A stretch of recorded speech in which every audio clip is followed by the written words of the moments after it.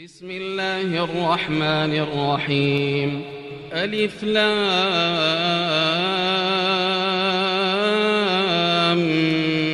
ميم. ذلك الكتاب لا ريب فيه هدى للمتقين الذين يؤمنون بالغيب ويقيمون الصلاة ومما رزقناهم ينفقون والذين يؤمنون بما أنزل إليك وما أنزل من قبلك وبالآخرة هم يوقنون أولئك على هدى من ربهم وأولئك هم المفلحون. إن الذين كفروا سواء عليهم أأنذرتهم أم لم تنذرهم لا يؤمنون. ختم الله على قلوبهم وعلى سمعهم وعلى أبصارهم غشاوة ولهم عذاب عظيم. ومن الناس من يقول آمنا بالله وباليوم الآخر وما هم بمؤمنين يخادعون الله والذين آمنوا وما يخدعون إلا أنفسهم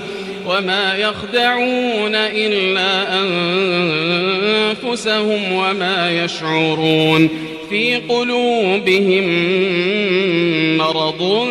فزادهم الله مرضا ولهم عذاب أليم بما كانوا يكذبون. وإذا قيل لهم لا تفسدوا في الأرض قالوا إنما نحن مصلحون ألا إنهم هم المفسدون ولكن لا يشعرون. وإذا قيل لهم آمنوا كما آمن الناس قالوا أنؤمن كما آمن السفهاء ألا إنهم هم السفهاء ولكن لا يعلمون. وإذا لقوا الذين آمنوا قالوا آمنا وإذا خلوا إلى شياطينهم قالوا إنا معكم إنما نحن مستهزئون. الله يستهزئ بهم ويمدهم في طغيانهم يعمهون. أولئك الذين اشتروا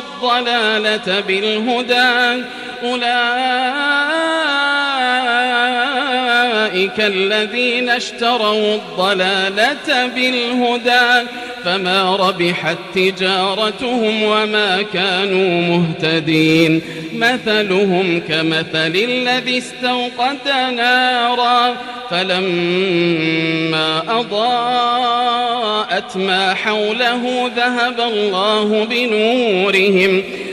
الله بنورهم وتركهم في ظلمات لا يبصرون. صم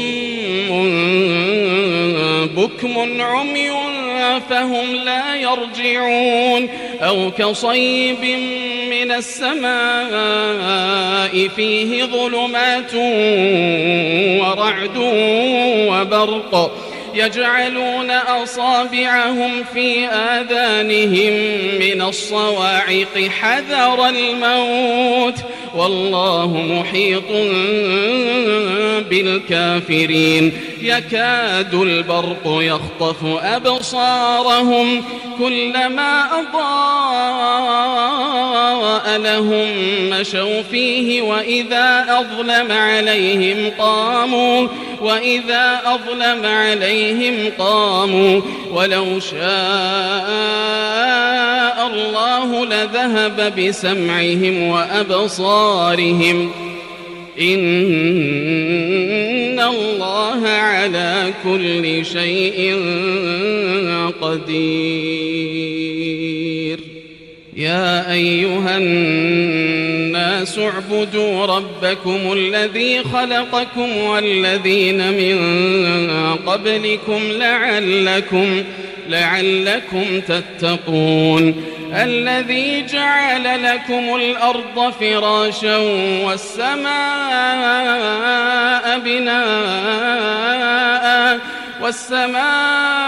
بناء وأنزل من السماء ماء فأخرج به من الثمرات رزقا لكم فلا تجعلوا لله أندادا وأنتم تعلمون. وإن كنتم في ريب مما نزلنا على عبدنا فأتوا بسورة من مثله وادعوا شهداءكم من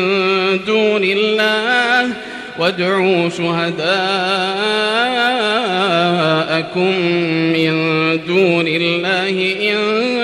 كنتم صادقين. فإن لم تفعلوا ولن تفعلوا فاتقوا النار التي وقودها الناس والحجارة أعدت للكافرين. وبشر الذين آمنوا وعملوا الصالحات أن لهم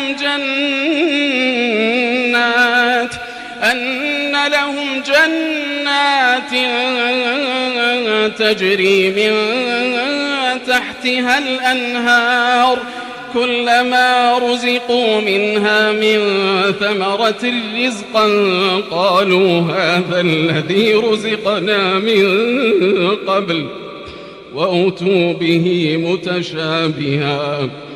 ولهم فيها أزواج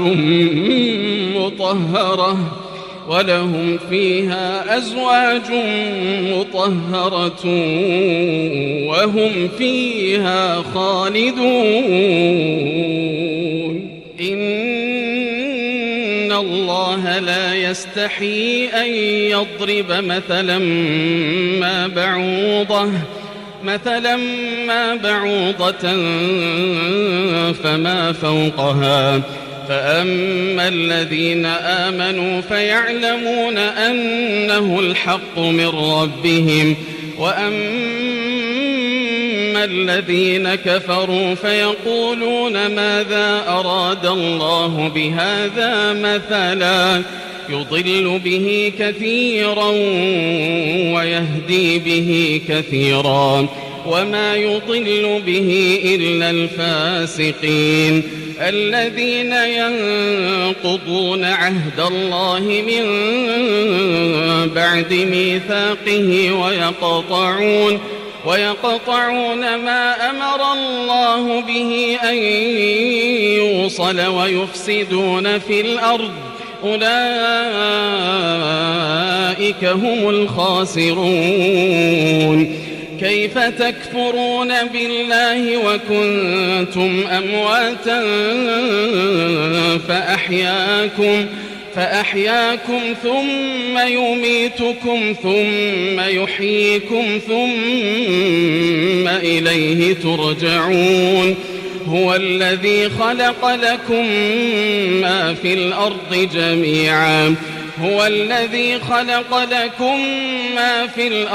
جميعا ثم استوى إلى السماء فسواهن 7 سماوات وهو بكل شيء عليم. وإذ قال ربك للملائكة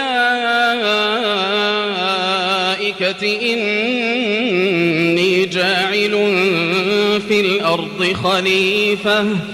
قالوا أتجعل فيها من يفسد فيها ويسفك الدماء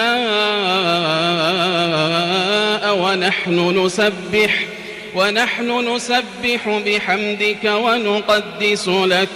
قال إني أعلم ما لا تعلمون وعلم آدم الأسماء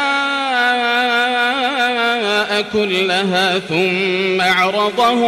ثم عرضهم على الملائكة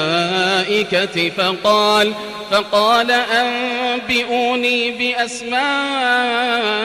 هؤلاء إن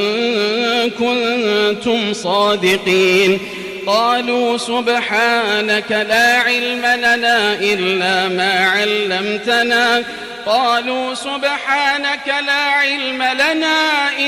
ما علمتنا إنك أنت العليم الحكيم قال يا آدم أنبئهم بأسمائهم فلما أنبأهم بأسمائهم قال ألم أقل لكم إني أعلم غيب السماوات والأرض وأعلم ما تبدون وما كنتم تكتمون وإذ قلنا للملائكة اسجدوا لآدم فسجدوا إلا إبليس أبى واستكبر وكان من الكافرين وقلنا يا آدم اسكن أنت وزوجك الجنة وكلا منها رغدا حيث شئتما ولا تقربا هذه الشجرة فتكونا من الظالمين فأزلهما الشيطان عنها فأخرجهما مما كانا فيه وقلنا اهبطوا بعضكم لبعض عدو ولكم في الأرض مستقر ومتاع إلى حين فتلقى آدم من ربه كلمات فتاب عليه إنه هو التواب الرحيم قلنا اهبطوا منها جميعا فإما يأتينكم مني هدى فمن تبع هداي فلا خوف عليهم ولا هم يحزنون والذين كفروا وكذبوا بآياتنا أولئك أصحاب النار هم فيها خالدون يا بني إسرائيل اذكروا نعمتي التي أنعمت عليكم وأوفوا بعهدي أوف بعهدكم وإياي فارهبون وآمنوا بما أنزلت مصدقا لما معكم ولا تكونوا أول كافر به ولا تشتروا بآياتي ثمنا قليلا وإياي فاتقون ولا تلبسوا الحق بالباطل وتكتموا الحق وأنتم تعلمون وأقيموا الصلاة وآتوا الزكاة واركعوا مع الراكعين أتأمرون الناس بالبر وتنسون أنفسكم وأنتم تتلون الكتاب أفلا تعقلون واستعينوا بالصبر والصلاة وإنها لكبيرة إلا على الخاشعين الذين يظنون أنهم ملاقو ربهم وأنهم إليه راجعون يا بني إسرائيل اذكروا نعمتي التي أنعمت عليكم وأني فضلتكم على العالمين واتقوا يوما لا تجزي نفس عن نفس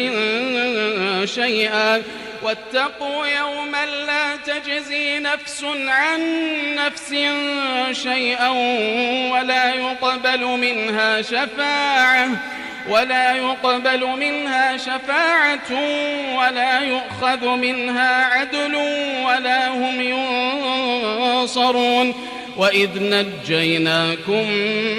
من آل فرعون يسومونكم سوء العذاب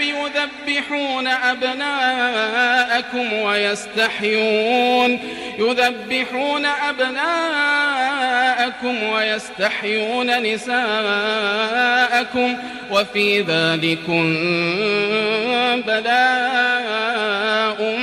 من ربكم عظيم وإذ فرقنا بكم البحر فأنجيناكم وأغرقنا آل فرعون وأنتم تنظرون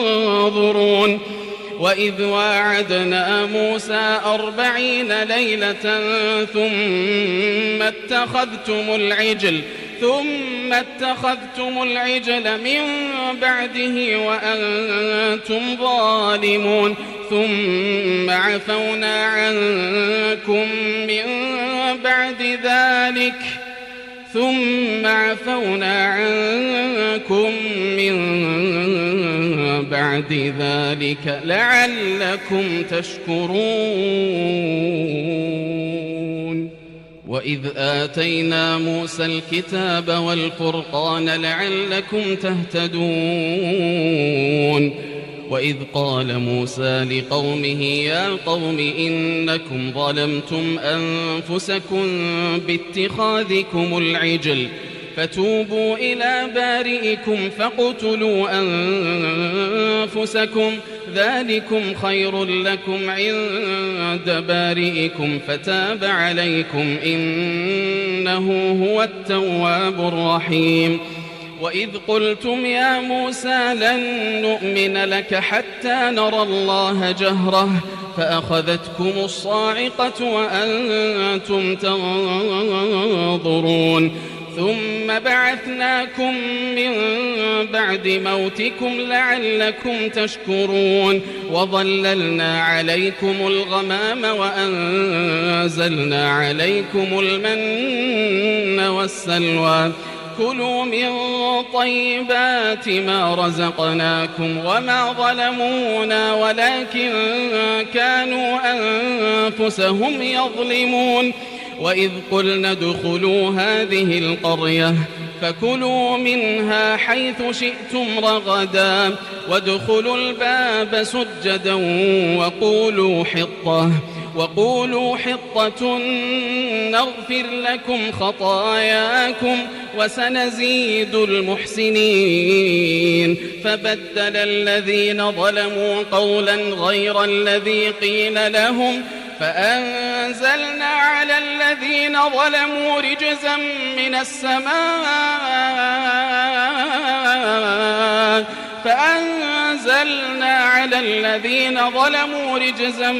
من السماء بما كانوا يفسقون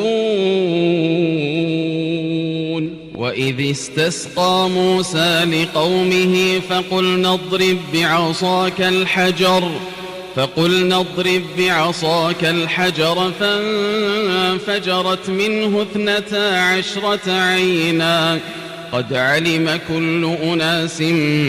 مشربهم كلوا واشربوا من رزق الله ولا تعثوا في الأرض مفسدين وإذ قلتم يا موسى لن نصبر على طعام واحد فادع لنا ربك يخرج لنا مما تنبت الأرض من من بقلها وقثائها وفومها وعدسها وبصلها قال أتستبدلون الذي هو أدنى بالذي هو خير اهبطوا مصرا فإن لكم ما سألتم وضربت عليهم الذلة والمسكنة وباءوا بغضب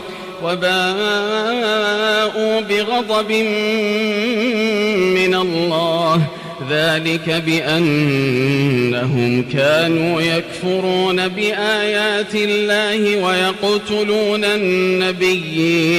ويقتلون النبيين بغير الحق ذلك بما عصوا وكانوا يعتدون إن الذين آمنوا والذين هادوا والنصارى والصابئين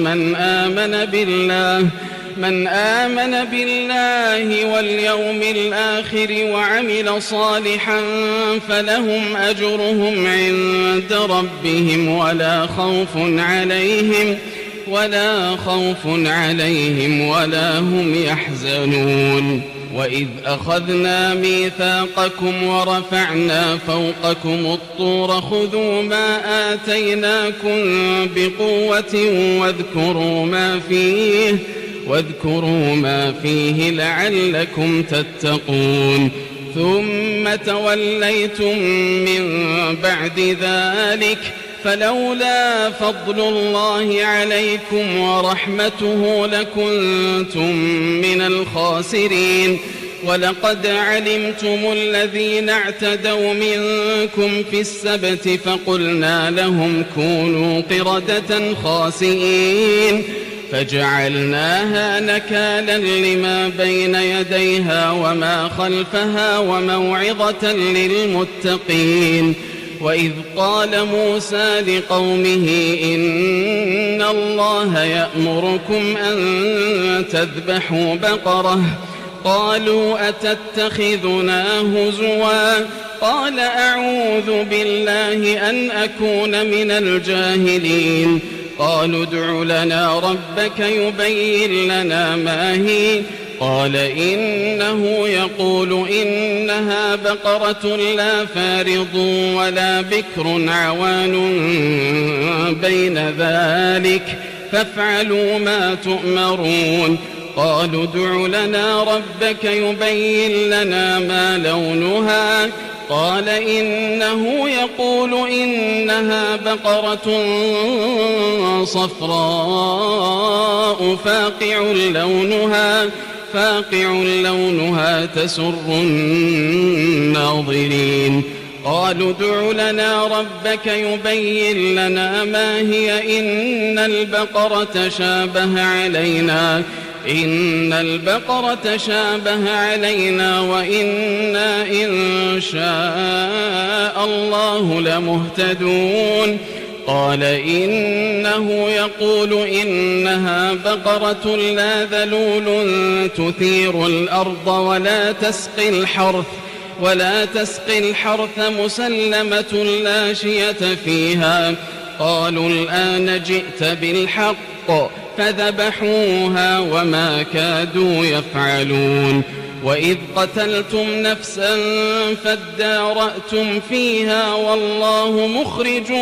ما كنتم تكتمون فقلنا اضربوه ببعضها كذلك يحيي الله الموتى ويريكم آياته لعلكم تعقلون ثم قست قلوبكم من بعد ذلك فهي كالحجارة أو أشد قسوة وإن من الحجارة لما يتفجر منه الأنهار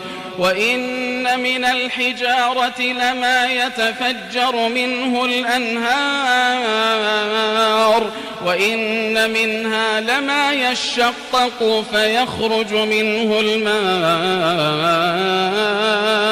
وإن منها لما يهبط من خشية الله وما الله بغافل عما تعملون أفتطمعون أن يؤمنوا لكم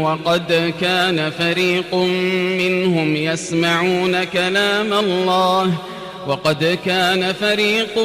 منهم يسمعون كلام الله ثم يحرفونه من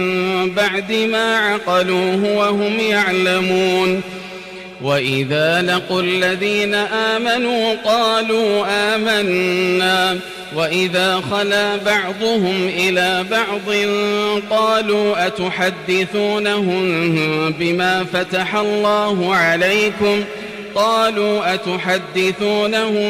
بما فتح الله عليكم ليحاجوكم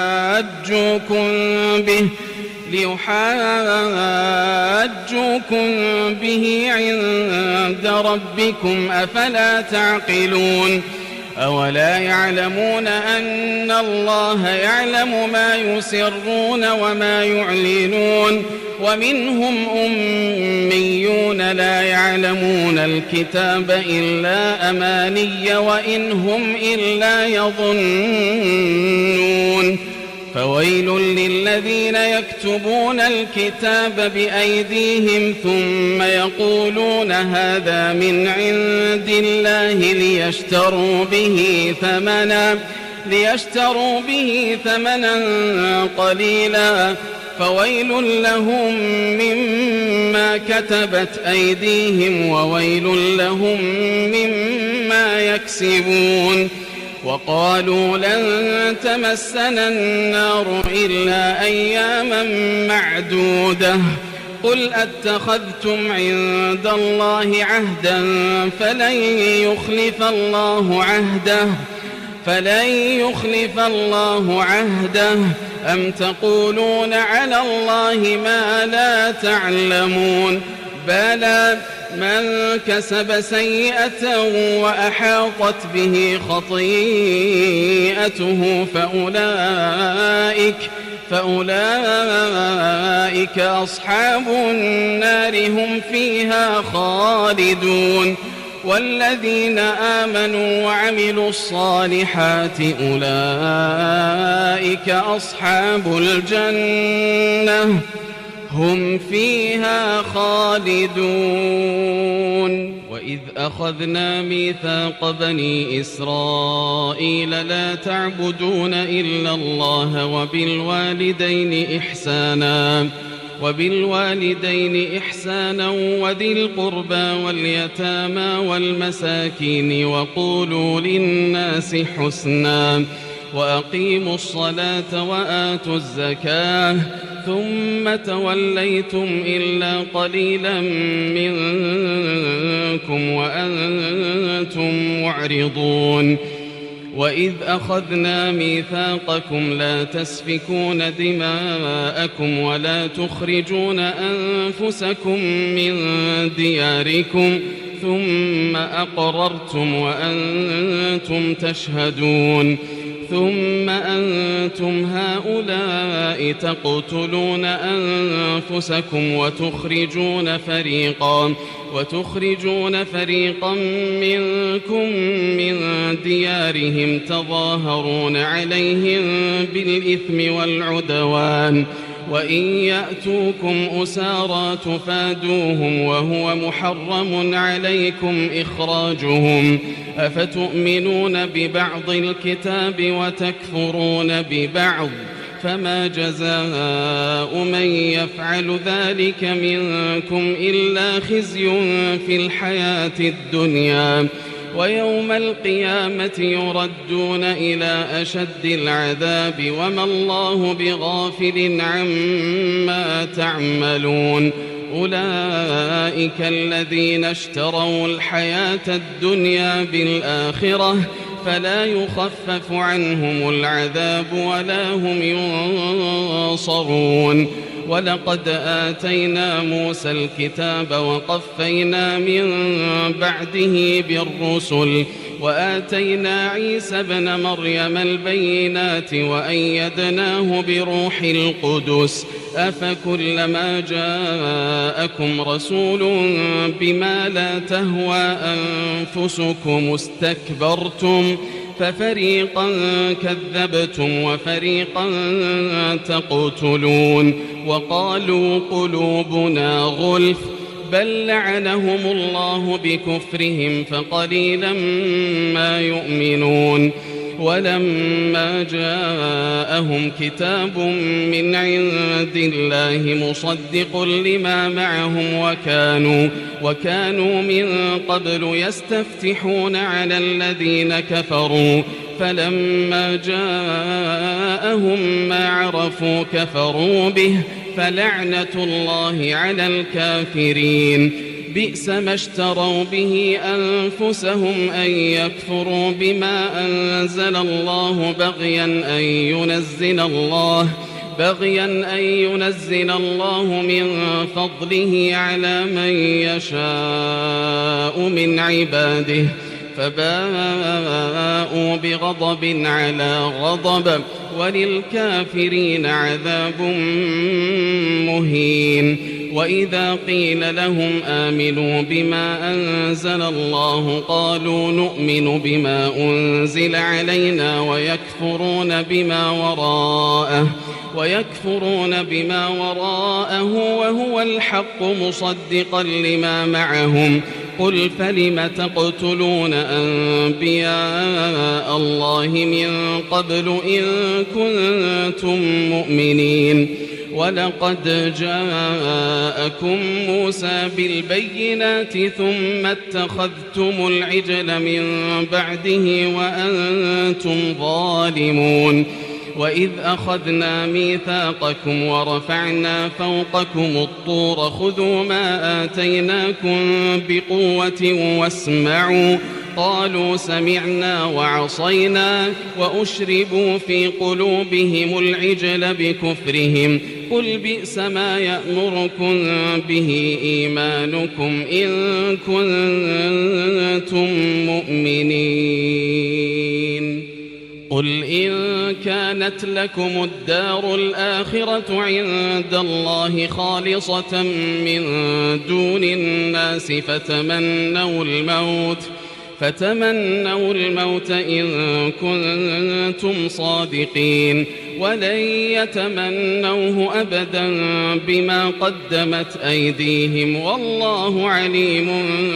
بالظالمين ولتجدنهم أحرص الناس على حياة ومن الذين أشركوا يود أحدهم لو يعمر 1000 سنة وما هو بمزحزحه من العذاب أن يعمر والله بصير بما يعملون قل من كان عدوا لجبريل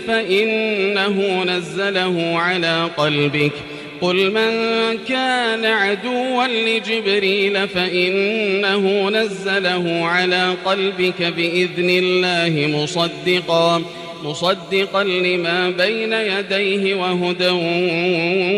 وبشرى للمؤمنين من كان عدوا لله وملائكته ورسله وجبريل وميكال فإن الله عدو للكافرين ولقد أنزلنا إليك آيات بينات وما يكفر بها إلا الفاسقون أوكلما عاهدوا عهدا نبذه فريق منهم بل أكثرهم لا يؤمنون ولما جاءهم رسول من عند الله مصدق لما معهم نبذ فريق من الذين أوتوا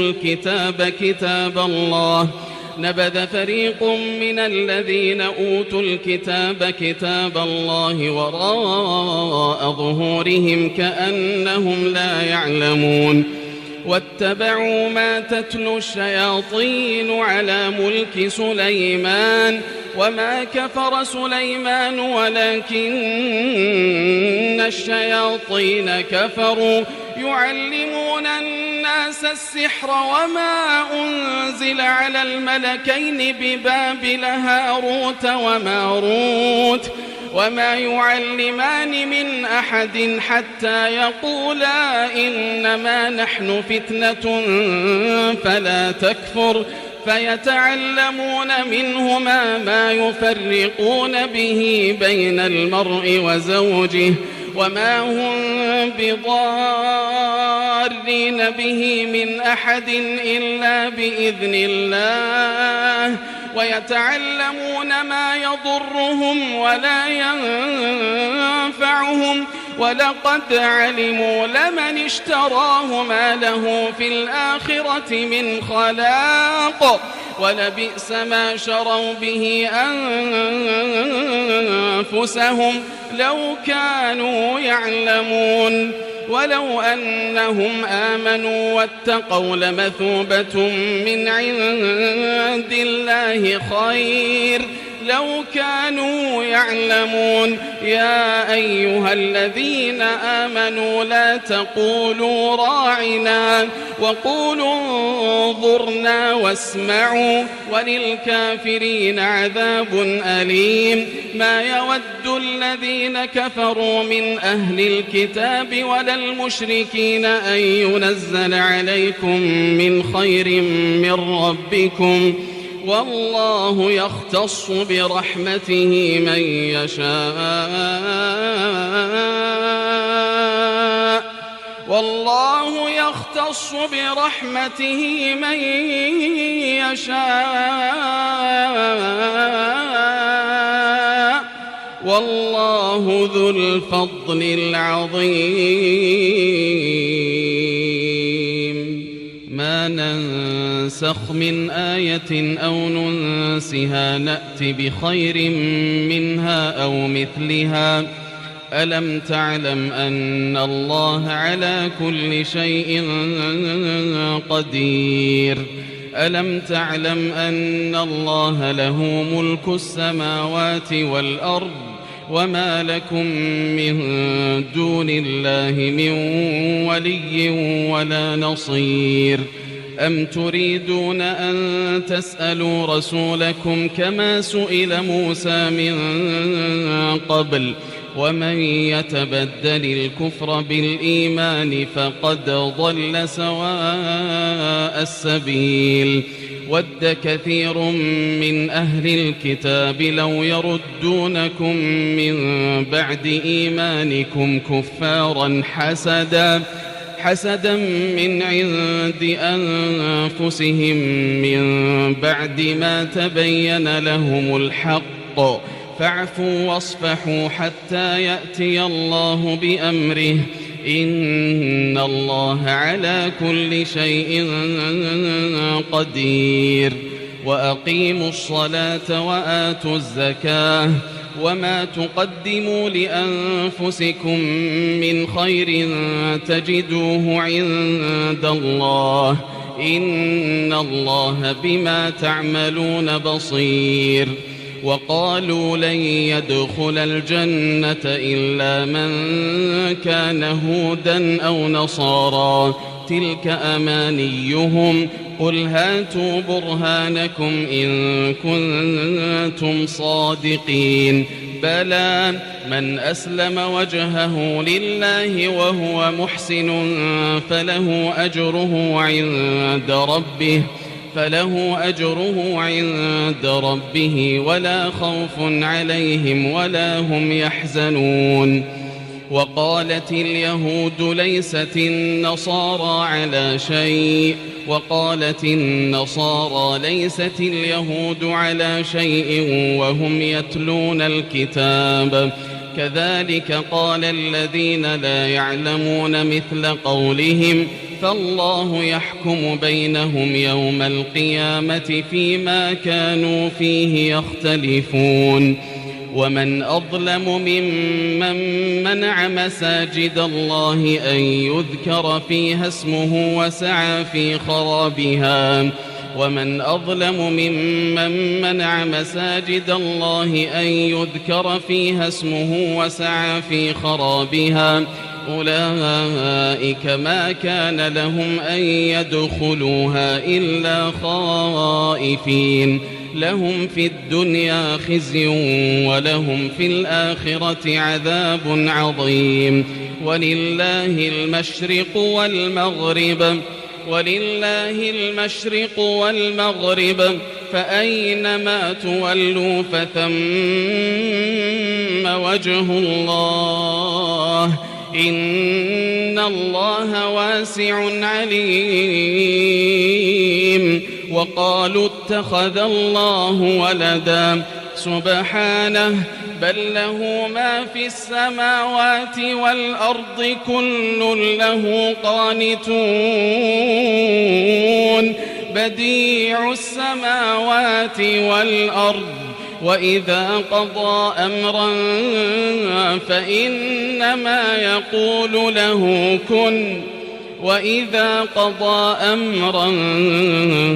فإنما يقول له كن فيكون وقال الذين لا يعلمون لولا يكلمنا الله أو تأتينا آية كذلك قال الذين من قبلهم مثل قولهم تشابهت قلوبهم قد بينا الآيات لقوم يوقنون إنا أرسلناك بالحق بشيرا ونذيرا ولا تسأل عن أصحاب الجحيم ولن ترضى عنك اليهود ولا النصارى حتى تتبع ملتهم قل إن هدى الله هو الهدى ولئن اتبعت أهواءهم بعد الذي جاءك من العلم ما لك من الله من ولي ولا نصير الذين آتيناهم الكتاب يتلونه حق تلاوته أولئك يؤمنون به ومن يكفر به فأولئك هم الخاسرون يا بني إسرائيل اذكروا نعمتي التي أنعمت عليكم وأني فضلتكم على العالمين واتقوا يوما لا تجزي نفس عن نفس شيئا ولا يقبل منها عدل ولا تنفعها شفاعة ولا هم ينصرون وإذ ابتلى إبراهيم ربه بكلمات فأتمهن قال إني جاعلك للناس إماما قال ومن ذريتي قال لا ينال عهد الظالمين وإذ جعلنا البيت مثابة للناس وأمنا واتخذوا من مقام إبراهيم مصلى وعهدنا إلى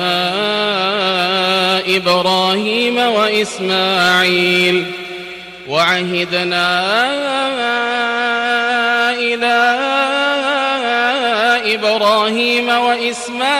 أن طهرا بيتي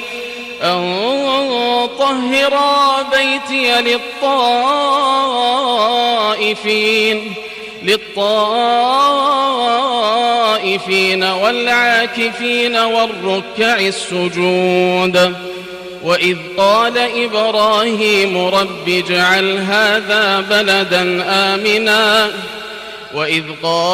إبراهيم رب اجعل هذا بلدا آمنا وارزق أهله من الثمرات وارزق أهله من الثمرات من آمن منهم بالله واليوم الآخر. قال ومن كفر فأمتعه قليلا ثم أضطره إلى عذاب النار وبئس المصير. وإذ يرفع إبراهيم القواعد من البيت وإسماعيل ربنا تقبل منا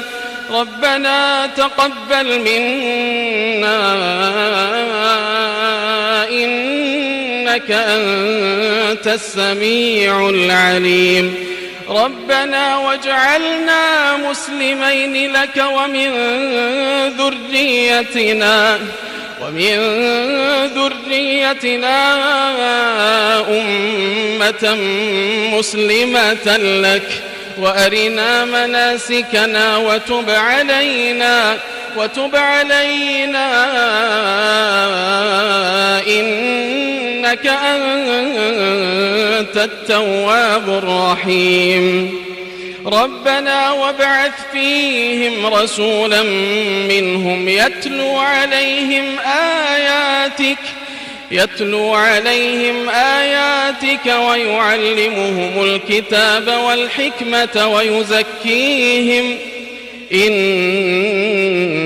أنت العزيز الحكيم. ومن يرغب عن ملة إبراهيم إلا من سفه نفسه ولقد اصطفيناه في الدنيا وإنه في الآخرة لمن الصالحين. إذ قال له ربه أسلم قال أسلمت لرب العالمين. ووصى بها إبراهيم بنيه ويعقوب يا بني إن الله اصطفى لكم الدين. ووصى بها إبراهيم بنيه ويعقوب يا بني إن الله اصطفى لكم الدين فلا تموتن إلا وأنتم مسلمون. أم كنتم شهداء إذ حضر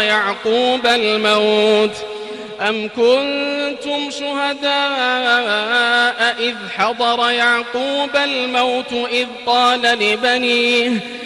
قال لبنيه ما تعبدون من بعدي قالوا نعبد إلهك وإله آبائك إبراهيم وإسماعيل وإسحاق إلها واحدا ونحن له مسلمون. تلك أمة قد خلت لها ما كسبت ولكم ما كسبتم ولا تسألون عما كانوا يعملون. وقالوا كونوا هودا أو نصارى تهتدوا قل بل ملة إبراهيم حنيفا وما كان من المشركين. قولوا آمنا بالله وما أنزل إلينا وما أنزل إلى إبراهيم وإسماعيل وإسحاق ويعقوب والأسباط وما أوتي موسى وعيسى وما أوتي النبيون من ربهم لا نفرق بين أحد منهم ونحن له مسلمون. فإن آمنوا بمثل ما آمنتم به فقد اهتدوا وإن تولوا فإنما هم في شقاق فسيكفيكهم الله وهو السميع العليم. صبغة الله ومن أحسن من الله صبغة ونحن له عابدون. قل أتحاجوننا في الله وهو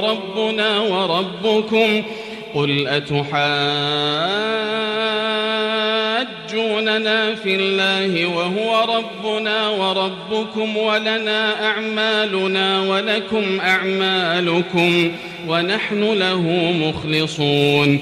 أم تقولون إن إبراهيم وإسماعيل وإسحاق ويعقوب والأسباط كانوا هودا أو نصارى؟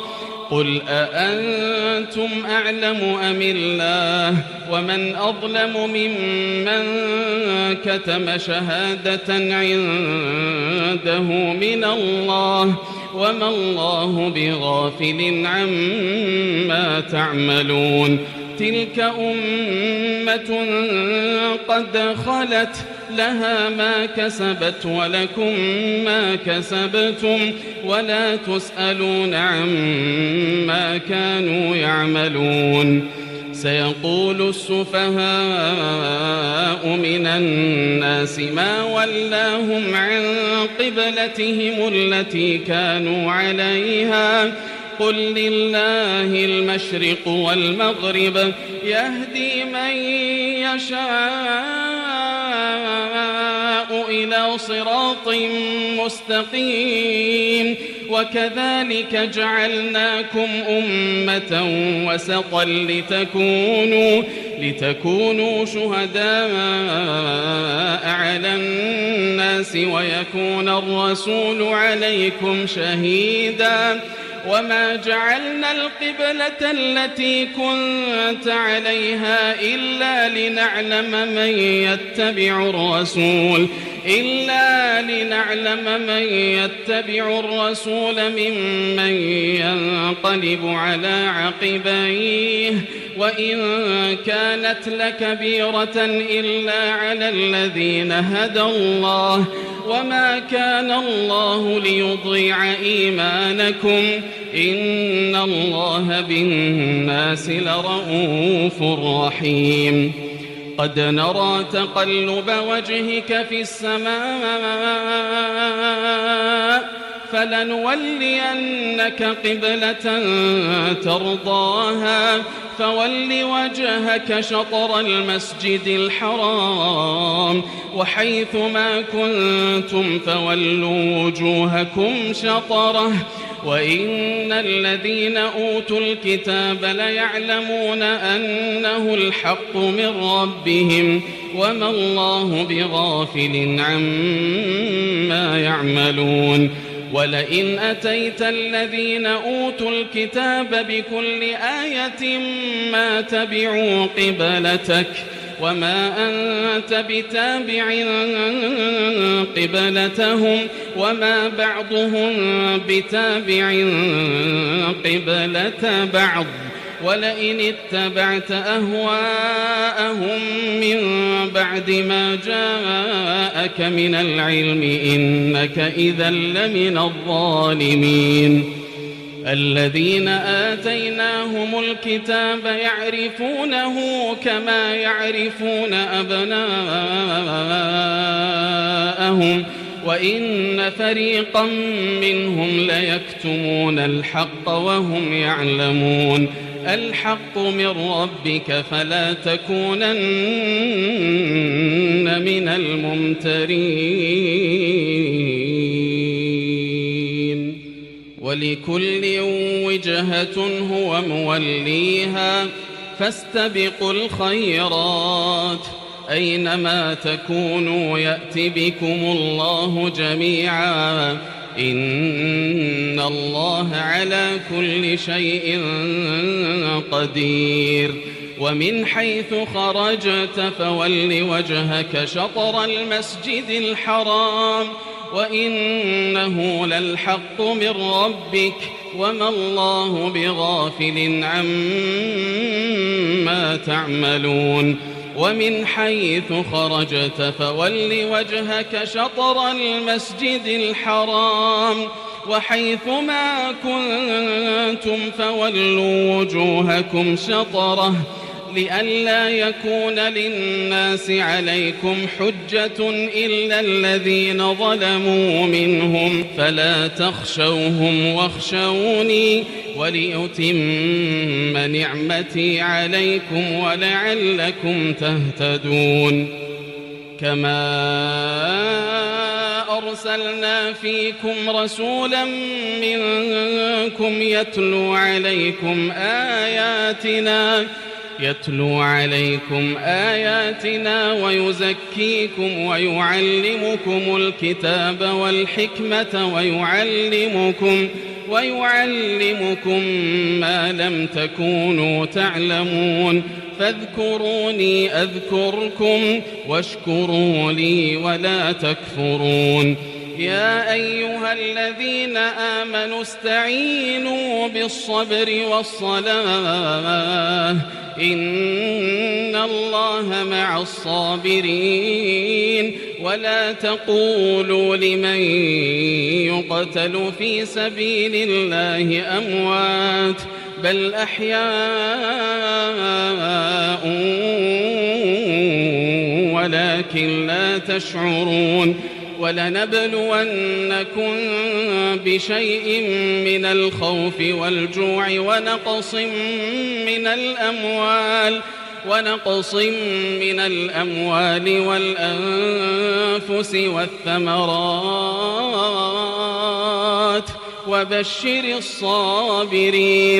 وبشر الصابرين الذين إذا أصابتهم مصيبة قالوا إنا لله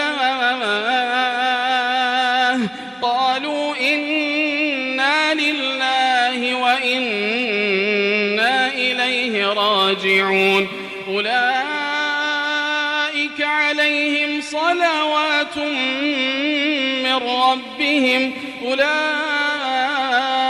عليهم صلوات من ربهم ورحمة وأولئك هم المهتدون إن الصفا والمروة من شعائر الله فمن حج البيت أو اعتمر فلا جناح عليه أن يطوف بهما ومن تطوع خيرا فإن الله شاكر عليم إن الذين يكتمون ما أنزلنا من البينات والهدى من بعد ما بيناه للناس في الكتاب أولئك يلعنهم الله ويلعنهم اللاعنون إلا الذين تابوا وأصلحوا وبينوا فأولئك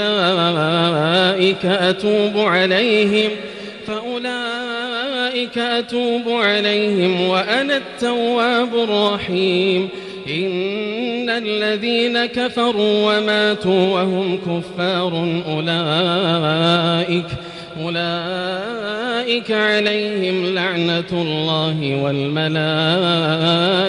والناس أجمعين خالدين فيها لا يخفف عنهم العذاب ولا هم ينظرون وإلهكم إله واحد لا إله إلا هو الرحمن الرحيم إن في خلق السماوات والأرض واختلاف الليل والنهار والفلك التي تجري في البحر بما ينفع الناس وما أنزل الله من السماء من ماء فأحيا به الأرض بعد موتها وبث فيها من كل دابة وتصريف الرياح والسحاب المسخر بين السماء والأرض لآيات لقوم يعقلون. ومن الناس من يتخذ من دون الله أندادا يحبونهم كحب الله والذين آمنوا أشد حبا لله ولو يرى الذين ظلموا إذ يرون العذاب أن القوة لله جميعا وأن الله شديد العذاب إذ تبرأ الذين اتبعوا من الذين اتبعوا ورأوا العذاب وتقطعت بهم الأسباب وقال الذين اتبعوا لو أن لنا كرة فنتبرأ منهم كما تبرأوا منا كذلك يريهم الله أعمالهم حسرات عليهم وما هم بخارجين من النار. يا أيها الناس كلوا مما في الأرض حلالا طيبا ولا تتبعوا خطوات الشيطان إنه لكم عدو مبين. إنما يأمركم بالسوء والفحشاء وأن تقولوا على الله ما لا تعلمون. وإذا قيل لهم اتبعوا ما أنزل الله قالوا بل نتبع ما ألفينا عليه آباءنا أولو كان آباؤهم لا يعقلون شيئا ولا يهتدون. ومثل الذين كفروا كمثل الذي ينعق بما لا يسمع إلا دعاء ونداء صم بكم عمي فهم لا يعقلون. يا أيها الذين آمنوا كلوا من طيبات ما رزقناكم واشكروا لله إن كنتم إياه تعبدون. إنما حرم عليكم الميتة والدم ولحم الخنزير وما أهل به لغير الله فمن اضطر غير باغ ولا عاد فلا إثم عليه إن الله غفور رحيم. إن الذين يكتمون ما أنزل الله من الكتاب ويشترون به ثمنا قليلا أولئك ما يأكلون في بطونهم إلا النار ولا يكلمهم الله يوم القيامة ولا يزكيهم ولهم عذاب أليم. أولئك الذين اشتروا الضلالة بالهدى والعذاب بالمغفرة فما أصبرهم على النار ذلك بأن الله نزل الكتاب بالحق وإن الذين اختلفوا في الكتاب لفي شقاق بعيد. ليس البر أن تولوا وجوهكم قبل المشرق والمغرب ولكن البر من آمن بالله واليوم الآخر والملائكة والكتاب والنبيين وآتى المال على حبه ذوي القربى واليتامى والمساكين وابن السبيل وابن السبيل والسائلين وفي الرقاب وأقام الصلاة وآتى الزكاة والموفون بعهدهم إذا عاهدوا والصابرين في البأساء والضراء وحين البأس أولئك الذين صدقوا وأولئك هم المتقون. يا أيها الذين آمنوا كتب عليكم القصاص في القتلى الحر بالحر والعبد بالعبد والأنثى بالأنثى فمن عفي له من أخيه شيء فاتباع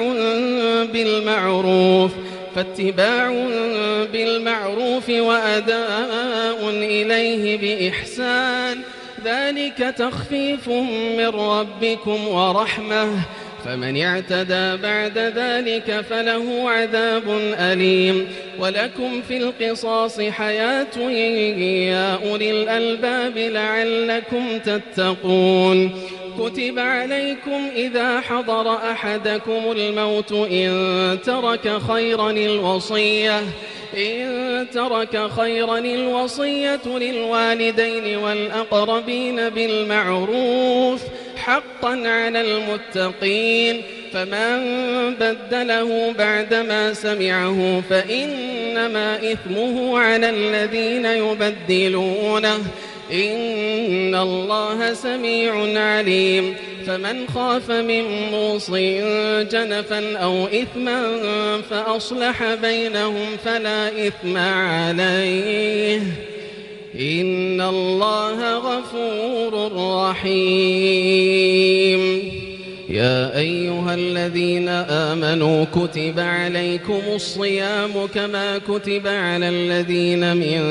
قبلكم لعلكم تتقون أياما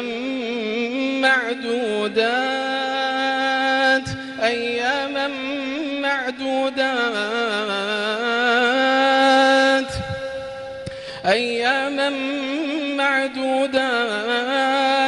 فمن كان منكم مريضا أو على سفر فعدة من أيام أخر وعلى الذين يطيقونه فدية طعام مسكين فمن تطوع خيرا فهو خير له وأن تصوموا خير لكم إن كنتم تعلمون. شهر رمضان الذي أنزل فيه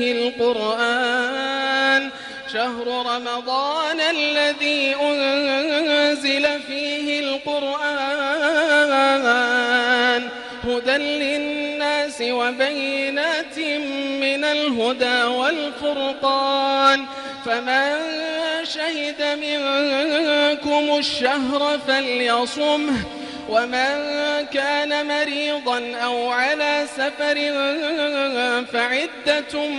من أيام أخر يريد الله بكم اليسر ولا يريد بكم العسر ولتكملوا العدة ولتكبروا الله على ما هداكم ولعلكم تشكرون. وإذا سألك عبادي عني فإني قريب أجيب دعوة الداع إذا دعان فليستجيبوا لي وليؤمنوا بي لعلهم يرشدون. أحل لكم ليلة الصيام الرفث إلى نسائكم هن لباس لكم وأنتم لباس لهن علم الله أنكم كنتم تختانون أنفسكم فتاب عليكم وعفى عنكم فالآن باشروهن وابتغوا ما كتب الله لكم وكلوا واشربوا حتى يتبين لكم الخيط الأبيض من الخيط الأسود من الفجر ثم ثم أتموا الصيام إلى الليل ولا تباشروهن وأنتم عاكفون في المساجد تلك حدود الله فلا تقربوها كذلك يبين الله آياته للناس لعلهم يتقون ولا تأكلوا أموالكم بينكم بالباطل وتدلوا بها إلى الحكام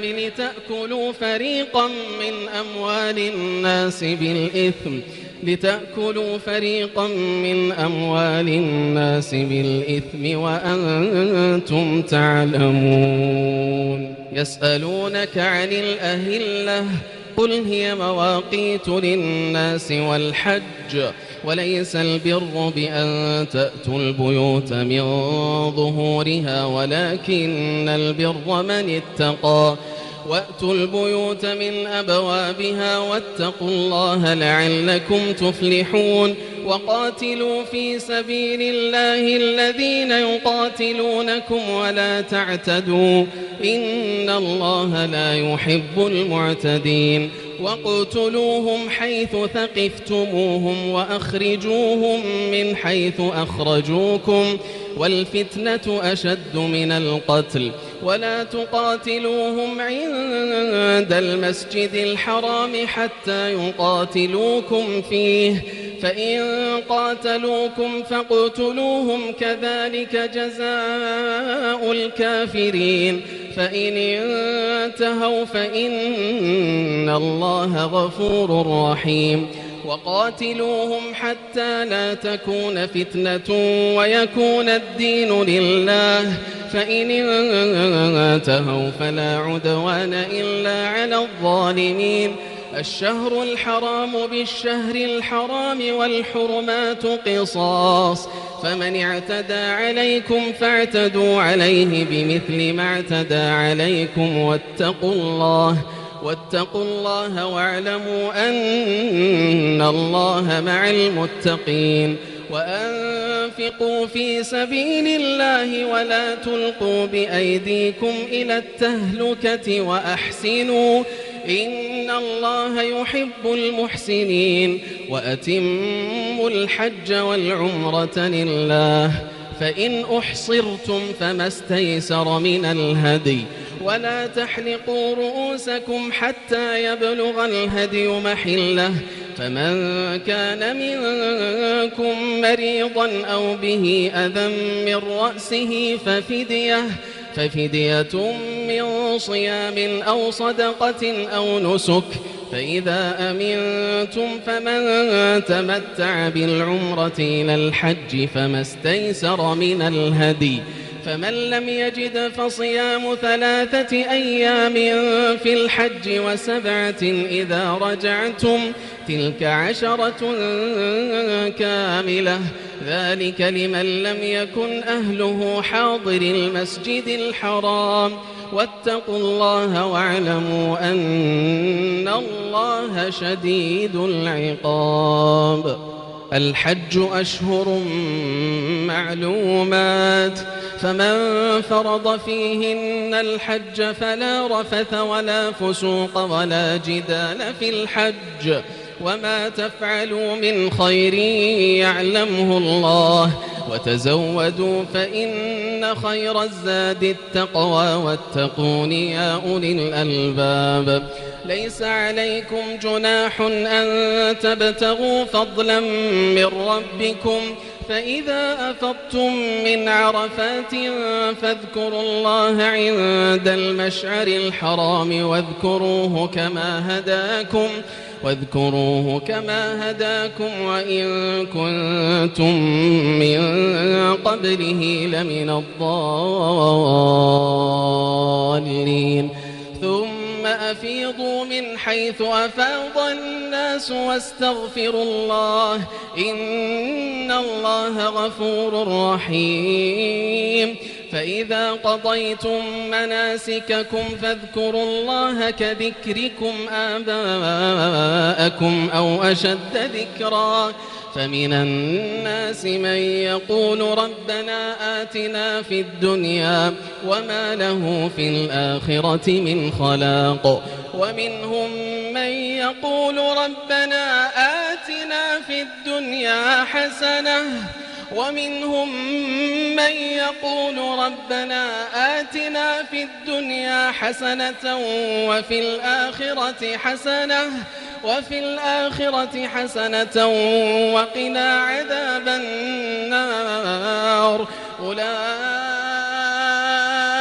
لهم نصيب مما كسبوا والله سريع الحساب واذكروا الله في أيام معدودات فمن تعجل في يومين فلا إثم عليه ومن تأخر فلا إثم عليه لمن اتقى واتقوا الله واعلموا أنكم إليه تحشرون ومن الناس من يعجبك قوله في الحياة الدنيا ويشهد الله على ما في قلبه وهو ألد الخصام وإذا تولى سعى في الأرض ليفسد فيها ويهلك الحرث والنسل والله لا يحب الفساد وإذا قيل له اتق الله أخذته العزة بالإثم فحسبه جهنم ولبئس المهاد ومن الناس من يشري نفسه ابتغاء مرضات الله والله رؤوف بالعباد يا أيها الذين آمنوا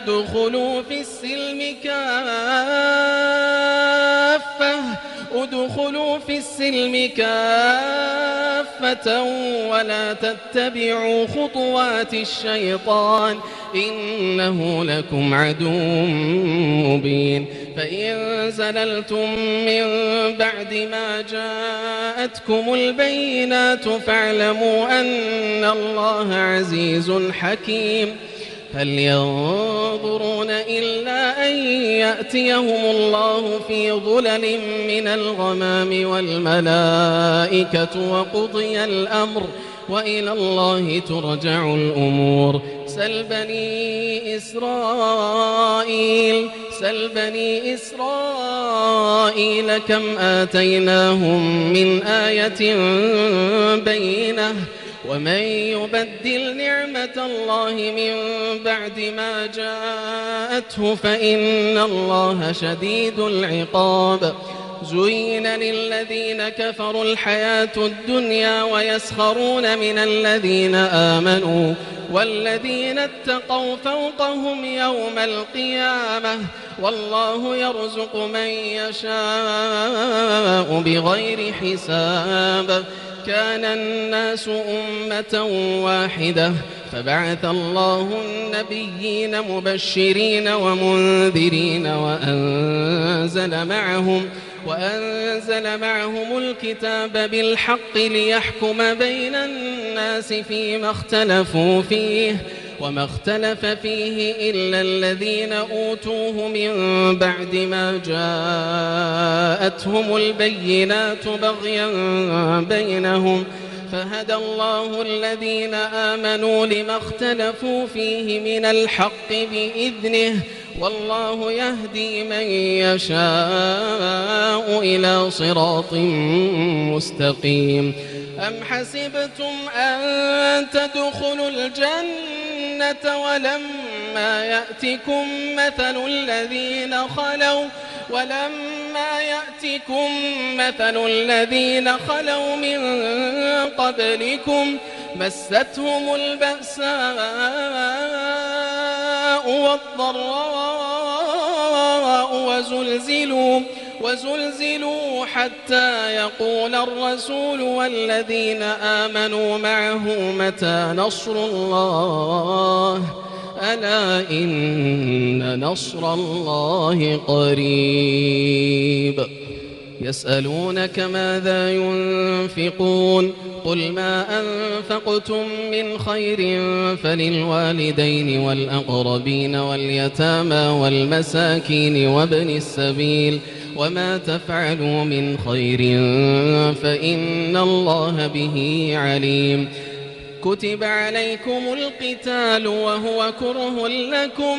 وعسى أن تكرهوا شيئا وهو خير لكم وعسى أن تحبوا شيئا وهو شر لكم والله يعلم وأنتم لا تعلمون يسألونك عن الشهر الحرام قتال فيه قل قتال فيه كبير وصد عن سبيل الله وكفر به والمسجد الحرام وإخراج أهله منه أكبر عند الله والفتنة أكبر من القتل ولا يزالون يقاتلونكم حتى يردوكم عن دينكم إن استطاعوا ومن يرتدد منكم عن دينه فيمت وهو كافر فأولئك حبطت أعمالهم في الدنيا والآخرة وأولئك أصحاب النار هم فيها خالدون إن الذين آمنوا والذين هاجروا وجاهدوا في سبيل الله أولئك يرجون رحمة الله والله غفور رحيم يسألونك عن الخمر والميسر قل فيهما إثم كبير ومنافع للناس وإثمهما أكبر من نفعهما ويسألونك ماذا ينفقون قل العفو كذلك يبين الله لكم الآيات لعلكم تتفكرون في الدنيا والآخرة ويسألونك عن اليتامى قل إصلاح لهم خير وإن تخالطوهم فإخوانكم والله يعلم المفسد من المصلح ولو شاء الله لأعنتكم إن الله عزيز حكيم ولا تنكحوا المشركات حتى يؤمنوا ولأمة مؤمنة خير من مشركة ولو أعجبتكم ولا تنكحوا المشركين حتى يؤمنوا ولعبد مؤمن خير من مشرك ولو أعجبكم أولئك يدعون إلى النار والله يدعو إلى الجنة والمغفرة بإذنه ويبين آياته للناس لعلهم يتذكرون ويسألونك عن المحيض قل هو أذى فاعتزلوا النساء في المحيض ولا تقربوهن حتى يطهرن فإذا تطهرن فأتوهن من حيث أمركم الله إن الله يحب التوابين ويحب المتطهرين نساؤكم حرث لكم فأتوا حرثكم أنى شئتم وقدموا لأنفسكم واتقوا الله واعلموا أنكم ملاقوه وبشر المؤمنين ولا تجعلوا الله عرضة لأيمانكم أن تبروا وتتقوا وتصلحوا بين الناس والله سميع عليم لا يؤاخذكم الله باللغو في أيمانكم ولكن يؤاخذكم بما كسبت قلوبكم والله غفور حليم للذين يؤلون من نسائهم تربص 4 أشهر فإن فاءوا فإن الله غفور رحيم وإن عزموا الطلاق فإن الله سميع عليم. والمطلقات يتربصن بأنفسهن 3 قروء ولا يحل لهن أن يكتمن ما خلق الله في أرحامهن إن كن يؤمن بالله واليوم الآخر وبعولتهن أحق بردهن في ذلك إن أرادوا إصلاحا ولهن مثل الذي عليهن بالمعروف وللرجال عليهن درجة والله عزيز حكيم. الطلاق 2 فإمساك بمعروف أو تسريح بإحسان ولا يحل لكم أن تأخذوا مما آتيتموهن شيئا إلا أن يخافا ألا يقيما حدود الله فإن خفتم ألا يقيما حدود الله فلا جناح عليهما فيما افتدت به تلك حدود الله فلا تعتدوها ومن يتعد حدود الله فأولئك هم الظالمون. فإن طلقها فلا تحل له من بعد حتى تنكح زوجا غيره فإن طلقها فلا جناح عليهما أن يتراجعا إن ظنا أن يقيما حدود الله وتلك حدود الله يبينها لقوم يعلمون. وإذا طلقتم النساء فبلغن أجلهن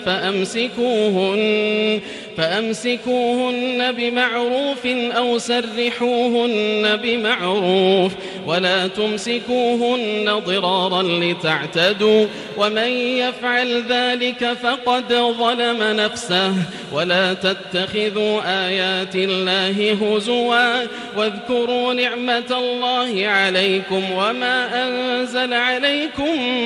من الكتاب والحكمة يعظكم به واتقوا الله واعلموا أن الله بكل شيء عليم. وإذا طلقتم النساء فبلغن أجلهن فلا تعضلوهن أن ينكحن أزواجهن إذا تراضوا بينهم بالمعروف ذلك يوعظ به من كان منكم يؤمن بالله واليوم الآخر ذلكم أزكى لكم وأطهر والله يعلم وأنتم لا تعلمون. والوالدات يرضعن أولادهن حولين كاملين لمن أراد أن يتم الرضاعة وعلى المولود له رزقهن وكسوتهن بالمعروف لا تكلف نفس إلا وسعها لا تضار والدة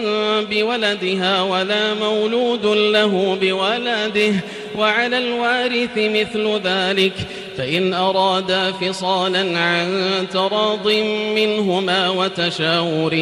فلا جناح عليهما. وإن أردتم أن تسترضعوا أولادكم فلا جناح عليكم إذا سلمتم ما آتيتم بالمعروف واتقوا الله واعلموا أن الله بما تعملون بصير. والذين يتوفون منكم ويذرون أزواجا يتربصن بأنفسهن 4 أشهر و10 فإذا بلغن أجلهن فلا جناح عليكم فيما فعلن في أنفسهن بالمعروف والله بما تعملون خبير. ولا جناح عليكم فيما عرضتم به من خطبة النساء أو أكننتم في أنفسكم علم الله أنكم ستذكرونهن ولكن لا تواعدوهن سرا إلا أن تقولوا قولا معروفا ولا تعزموا عقدة النكاح حتى يبلغ الكتاب أجله واعلموا أن الله يعلم ما في أنفسكم فاحذروه واعلموا أن الله غفور حليم لا جناح عليكم إن طلقتم النساء ما لم تمسوهن أو تفرضوا لهن فريضة ومتعوهن على الموسع قدره وعلى المقتر قدره متاعا بالمعروف حقا على المحسنين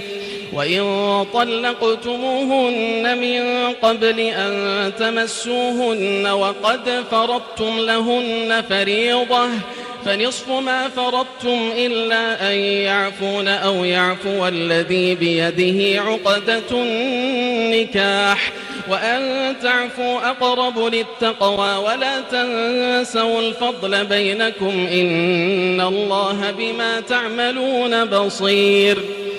حافظوا على الصلوات والصلاة الوسطى وقوموا لله قانتين فإن خفتم فرجالا أو ركبانا فإذا أمنتم فاذكروا الله كما علمكم ما لم تكونوا تعلمون والذين يتوفون منكم ويذرون أزواجا وصية لأزواجهم متاعا إلى الحول غير إخراج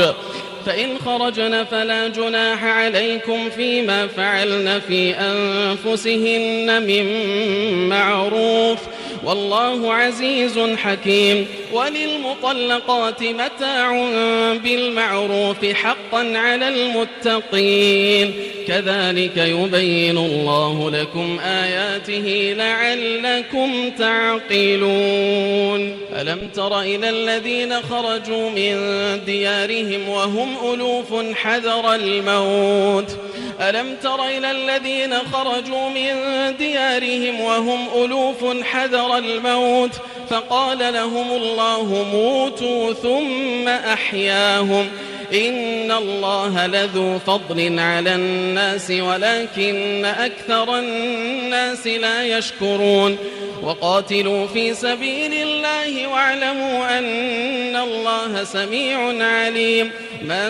ذا الذي يقرض الله قرضا حسنا فيضاعفه له أضعافا كثيرة والله يقبض ويبسط وإليه ترجعون ألم تر إلى الملأ من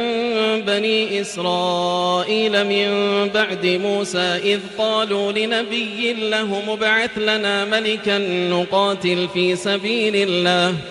قال هل عسيتم إن كتب عليكم القتال ألا تقاتلوا قالوا وما لنا ألا نقاتل في سبيل الله وقد أخرجنا من ديارنا وأبنائنا فلما كتب عليهم القتال تولوا إلا قليلا منهم والله عليم بالظالمين وقال لهم نبيهم إن الله قد بعث لكم طالوت ملكا قالوا أنى يكون له الملك علينا ونحن أحق بالملك منه ولم يؤت سعة من المال قال إن الله اصطفاه عليكم وزاده بسطة في العلم والجسم والله يؤتي ملكه من يشاء والله واسع عليم وقال لهم نبيهم إن آية ملكه أن يأتيكم التابوت فيه سكينة من ربكم وبقية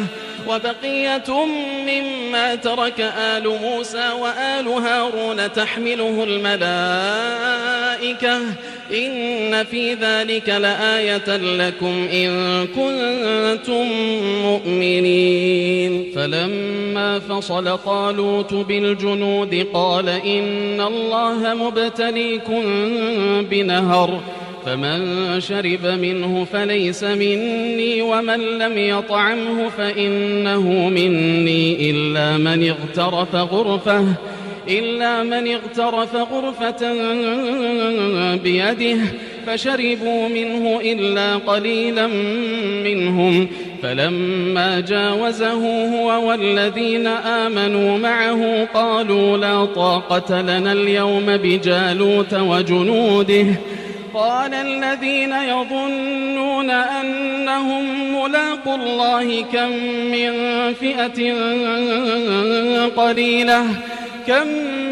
فئة قليلة غلبت فئة كثيرة بإذن الله والله مع الصابرين ولما برزوا لجالوت وجنوده قالوا ربنا أفرغ علينا صبرا وثبت أقدامنا وانصرنا على القوم الكافرين فهزموهم بإذن الله وقتل داود جالوت وآتاه الله الملك والحكمة وعلمه مما يشاء ولولا دفع الله الناس بعضهم ببعض لفسدت الأرض ولكن الله ذو فضل على العالمين تلك آيات الله نتلوها عليك بالحق وإنك لمن المرسلين تلك الرسل فضلنا بعضهم على بعض منهم من كلم الله ورفع بعضهم درجات وآتينا عيسى ابن مريم البينات وأيدناه بروح القدس ولو شاء الله ما اقتتل الذين من بعدهم من بعد ما جاءتهم البينات ولكن اختلفوا فمنهم من آمن ومنهم من كفر ولو شاء الله ما اقتتلوا ولكن الله يفعل ما يريد يا أيها الذين آمنوا أنفقوا مما رزقناكم من قبل أن يأتي يوم لا بيع فيه ولا خلة ولا شفاعة والكافرون هم الظالمون الله لا إله إلا هو الحي القيوم لا تأخذه سنة ولا نوم له ما في السماوات وما في الأرض من ذا الذي يشفع عنده إلا بإذنه يعلم ما بين أيديهم وما خلفهم ولا يحيطون بشيء من علمه إلا بما شاء وسع كرسيه السماوات والأرض ولا يؤوده حفظهما وهو العلي العظيم لا إكراه في الدين قد تبين الرشد من الغي فمن يكفر بالطاغوت ويؤمن بالله فقد استمسك بالعروة الوثقى لا انفصام لها والله سميع عليم الله ولي الذين آمنوا يخرجهم من الظلمات إلى النور والذين كفروا أولياؤهم الطاغوت يخرجونهم من النور إلى الظلمات أولئك أصحاب النار هم فيها خالدون ألم تر إلى الذي حاج إبراهيم في ربه أن آتاه الله الملك إذ قال إبراهيم ربي الذي يحيي ويميت قال أنا أحيي وأميت قال إبراهيم فإن الله يأتي بالشمس من المشرق فأت بها من المغرب فبهت الذي كفر والله لا يهدي القوم الظالمين أو كالذي مر على قرية وهي خاوية على عروشها قال أنى يحيي هذه الله بعد موتها فأماته الله 100 عام ثم بعثه قال كم لبثت قال لبثت يوما أو بعض يوم قال بل لبثت 100 عام فانظر إلى طعامك وشرابك لم يتسنه وانظر إلى حمارك ولنجعلك آية للناس وانظر إلى العظام كيف ننشزها ثم نكسوها لحما فلما تبين له قال أعلم أن الله على كل شيء قدير وإذ قال إبراهيم رب أرني كيف تحيي الموتى قال أولم تؤمن قال بلى ولكن ليطمئن قلبي قال فخذ 4 من الطير فصرهن إليك ثم اجعل على كل جبل منهن جزءا ثم ادعهن يأتينك سعيا واعلم أن الله عزيز حكيم مثل الذين ينفقون أموالهم في سبيل الله كمثل حبة أنبتت 7 سنابل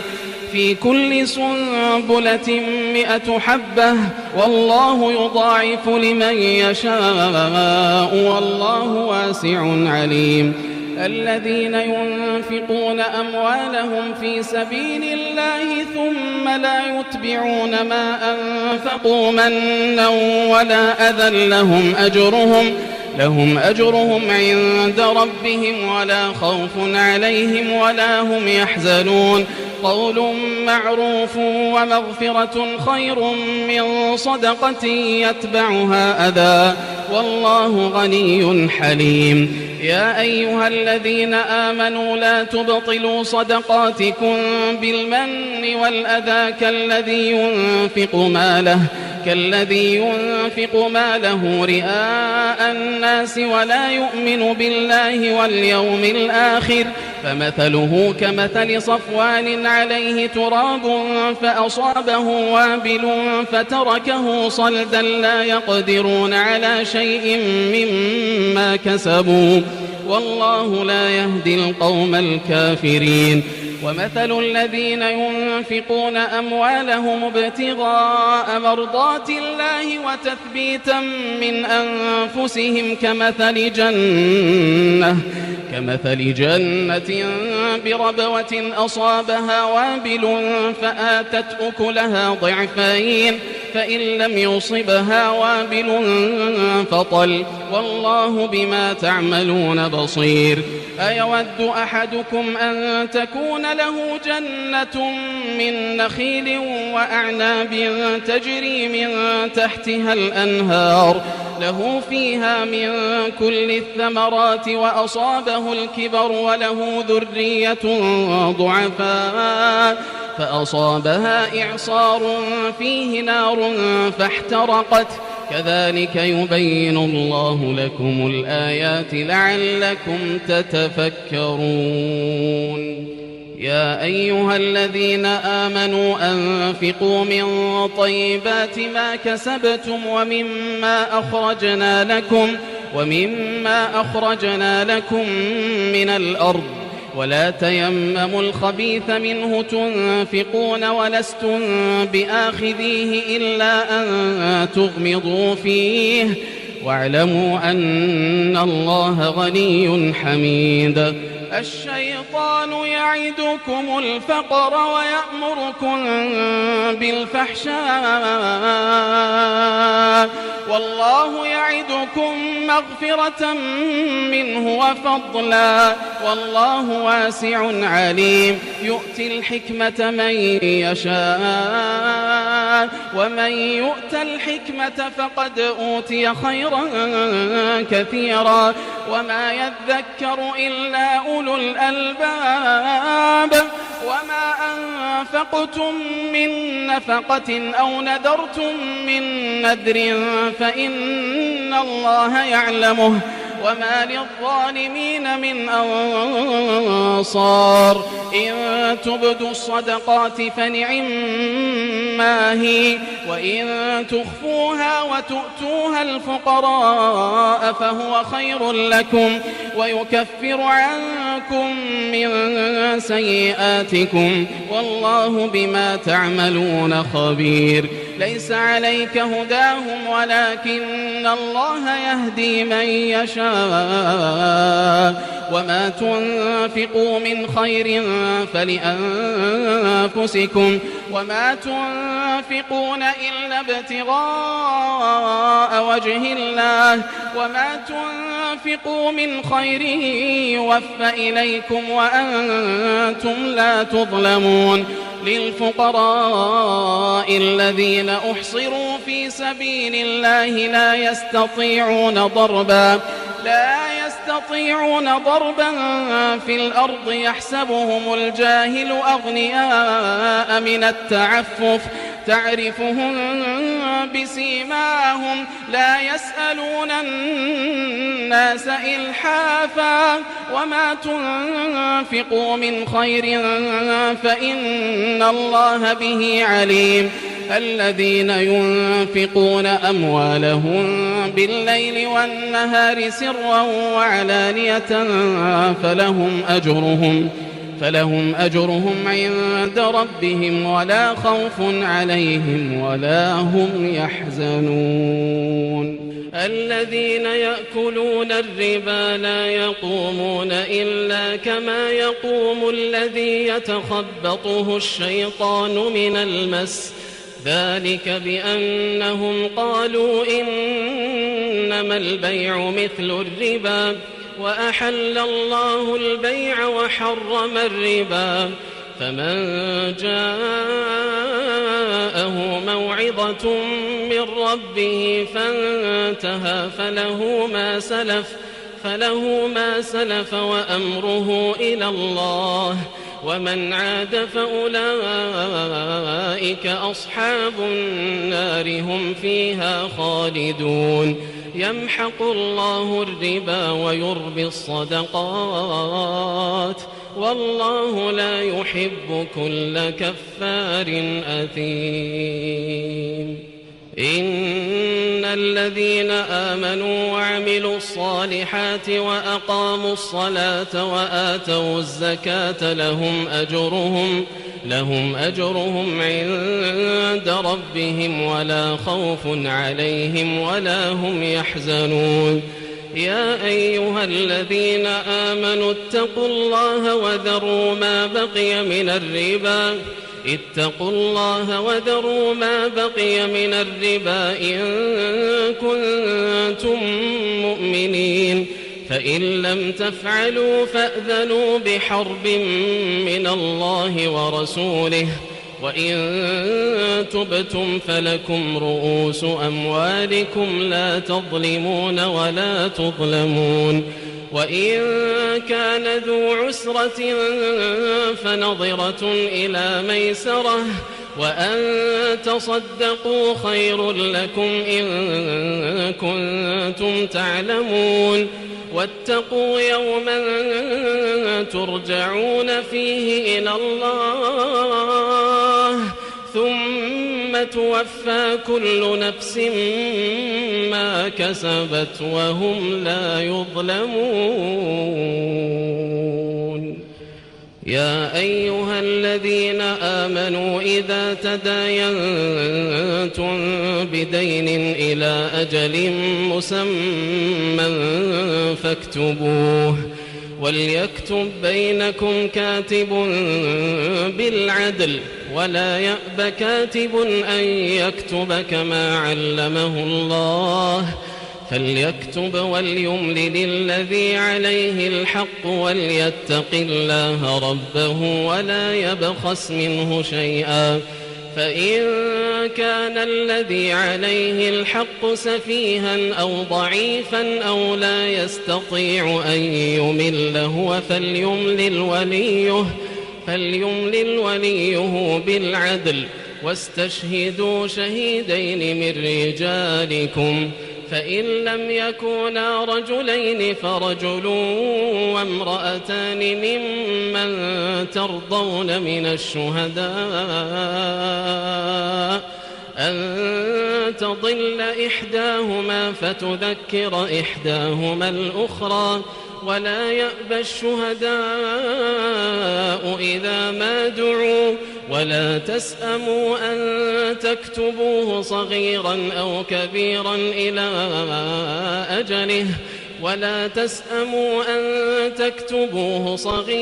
أو كبيرا إلى أجله ذلكم أقسط عند الله وأقوم للشهادة وأدنى ألا ترتابوا إلا أن تكون تجارة حاضرة تديرونها بينكم فليس عليكم جناح ألا تكتبوها وأشهدوا إذا تبايعتم ولا يضار كاتب ولا شهيد وإن تفعلوا فإنه فسوق